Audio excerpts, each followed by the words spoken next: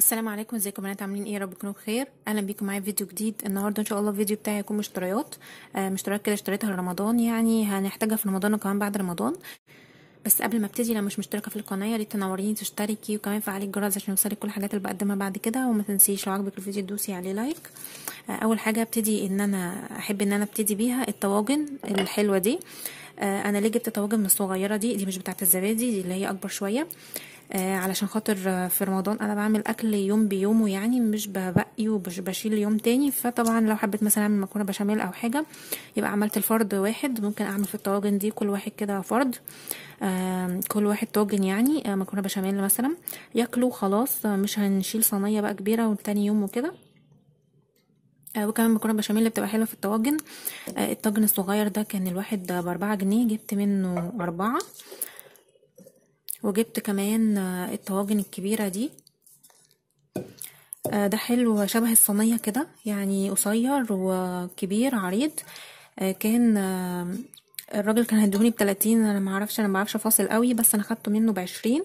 الطاجن ده حلو تقيل، ممكن يتحط على صاجة الفرن يعني عشان هو تقيل. وكمان جبت الصغير ده شوية، ممكن مثلا لأم علي او حاجات زي كده. شكله حتى حلو من بره، الرسمه بتاعته شكلها حلو، ومن جوه المطلي كده شكله حلو بيلمع والوانه حلوه. ده انا خدته منه ب10 جنيه. وزي ما بقول لكم مش عارفه، انا ما بعرفش افصل، بس يعني يعتبر سعرهم معقول. نبتدي نوسع بس كده.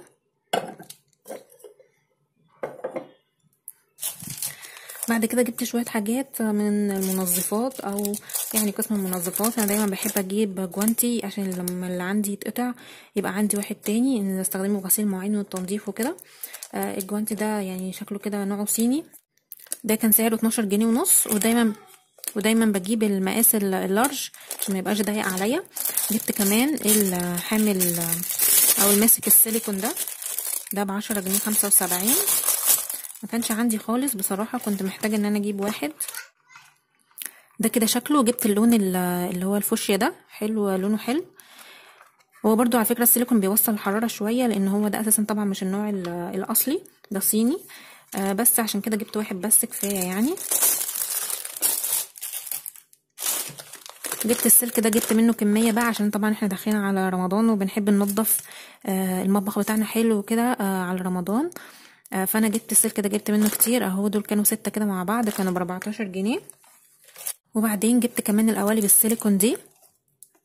دول كانوا كام واحدة؟ حوالي هفتحها لكم، حوالي 12 تقريبا. عجبتني الاشكال بتاعتهم. دي عاملة كده زي يعني فيها فراغ في النص كده.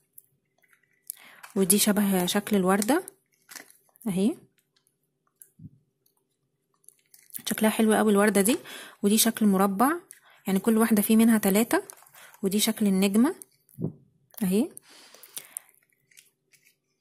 حبيت اجيبهم علشان خاطر لو عملت مثلا كنافة كب، او عملت بسبوسة كب او كده، يبقى شكلهم حلو ويطلعوا من القالب بسهولة. دول كانوا ب32 جنيه ونص، اللي هم 12 واحدة. هم دول شكلهم كده، الوانهم حلوة عجبوني.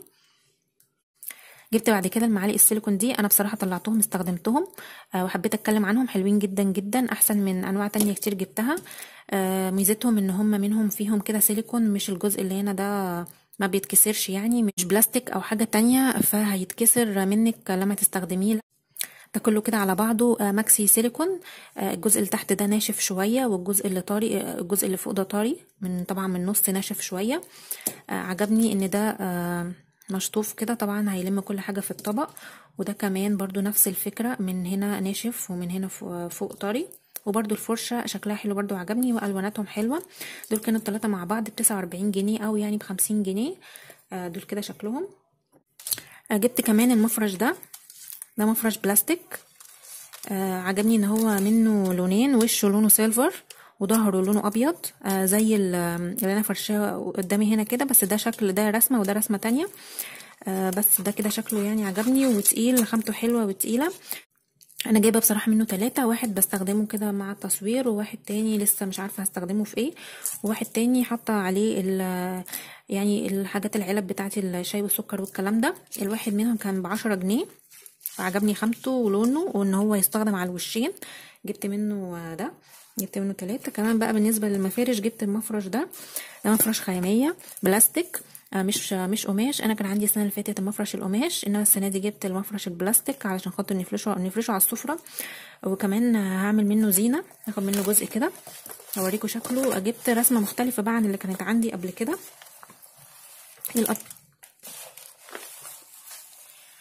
الاطراف بتاعته مرسوم عليها هلال وفانوس، ومكتوب كمان رمضان كريم. هنا في رسمه في النص بتبان بقى في نص المفرش لما تيجي تفرشيه.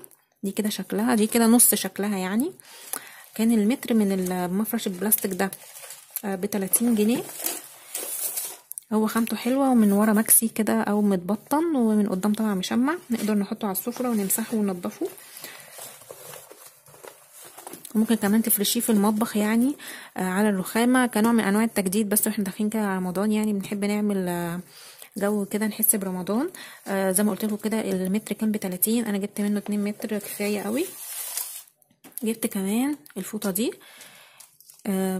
بصوا الفوطه دي لونها حلو قوي. طبعا لما كنت يعني بجدد المطبخ بقى وبلون الحاجات بينك وكده، فعجبني لون الفوطه وشكل الفوطه. قطيفه شكلها حلو ولونها حلو. بصراحه استخسرت ان انا اساسا استخدمها في التنظيف بسبب ان شكلها حلو قوي وعجبني. مش عارفه بصراحه استخدمها في ايه، ممكن استخدمها لاي حاجه تاني خالص بره المطبخ. لونها حلو بصوا، وقطيفه كده، وقماشتها جميله جدا. هي في التنظيف على فكره بتبقى تحفه، بتشيل اي وبر واي حاجه. بس مش عارفه بصراحه لسه استخدمها في ايه، مستخسره في التنظيف صراحه يعني. جبت كمان الورق الفوم ده عشان عايزه اعمل طبعا زينه رمضان وكده. ده كان الكيس فيه 10. ده كان الكيس فيه الوان مختلفه، فيه الاحمر، الذهبي، الابيض، الفوشيا، الازرق، السيلفر، الاورنج، وده برضو ازرق او لبني، وبينك واسود. الكيس كان فيه 10.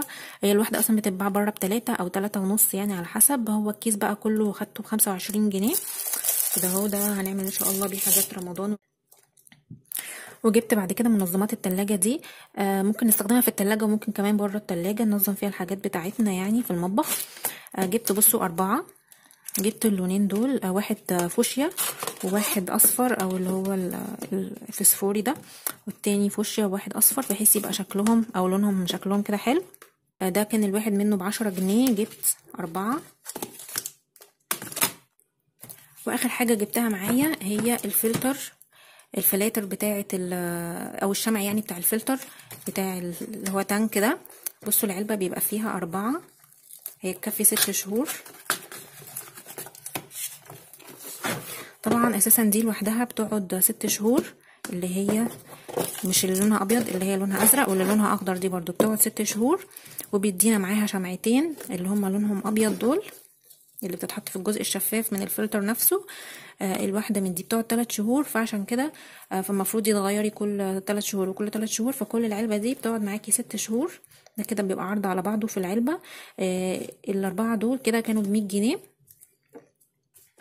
وبكده اكون خلصت المشتريات بتاعتي النهارده. يا رب الفيديو يكون عجبكم، وما تنسوش بقى لو اول مره تشوفيني اشتركي في القناه وفعلي الجرس عشان يوصلك كل الحاجات اللي بقدمها بعد كده. وما تنسيش لو عجبك الفيديو تدوسي عليه لايك، واشوفكم ان شاء الله في فيديو جديد. مع السلامه.